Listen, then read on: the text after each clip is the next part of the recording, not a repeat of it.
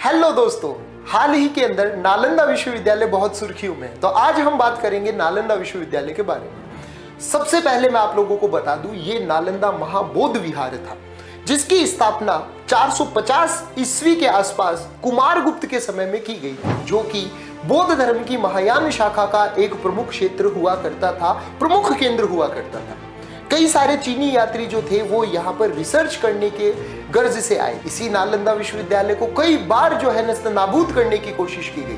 5वीं शताब्दी के अंदर मिहिर कुल के द्वारा इस पर आक्रमण होता है। 8वीं शताब्दी के अंदर गौड़ राजा शशांक के द्वारा इसके ऊपर आक्रमण करने की कोशिश की जाती है और बख्तियार खिलजी ने तो पराकाष्ठा ही पार कर दी।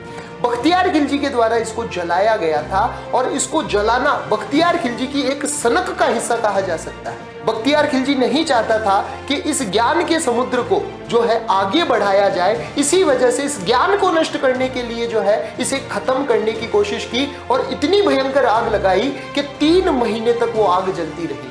लेकिन कहा जाता है ना कि ज्ञान को जितना दबाने की कोशिश करोगे, ज्ञान उतना ही तेजी से आगे बढ़ेगा। हाल ही के अंदर मौजूदा सरकार के द्वारा नालंदा महाबौद्ध विहार की इमारतों पर, उसके अवशेषों पर वापस नालंदा विश्वविद्यालय को खड़ा किया और यही नालंदा विश्वविद्यालय 2014 के अंदर जो है आता है और वर्तमान में तो उन्हीं भग्नावशेषों पर, उन्हीं अवशेषों पर जो पूरा मॉडल वापस बना, बड़ी खूबसूरत इमारत नालंदा विश्वविद्यालय बनकर तैयार हो चुकी है। तो आप सभी को मुबारक हो। आप सभी को ये बताने आया था कि नालंदा विश्वविद्यालय फिर से अपनी जो है ज्ञान की छाप छोड़ने के लिए तैयार है। नालंदा का तो नाम ही पाली भाषा के अंदर लिया गया है ना अलमदा।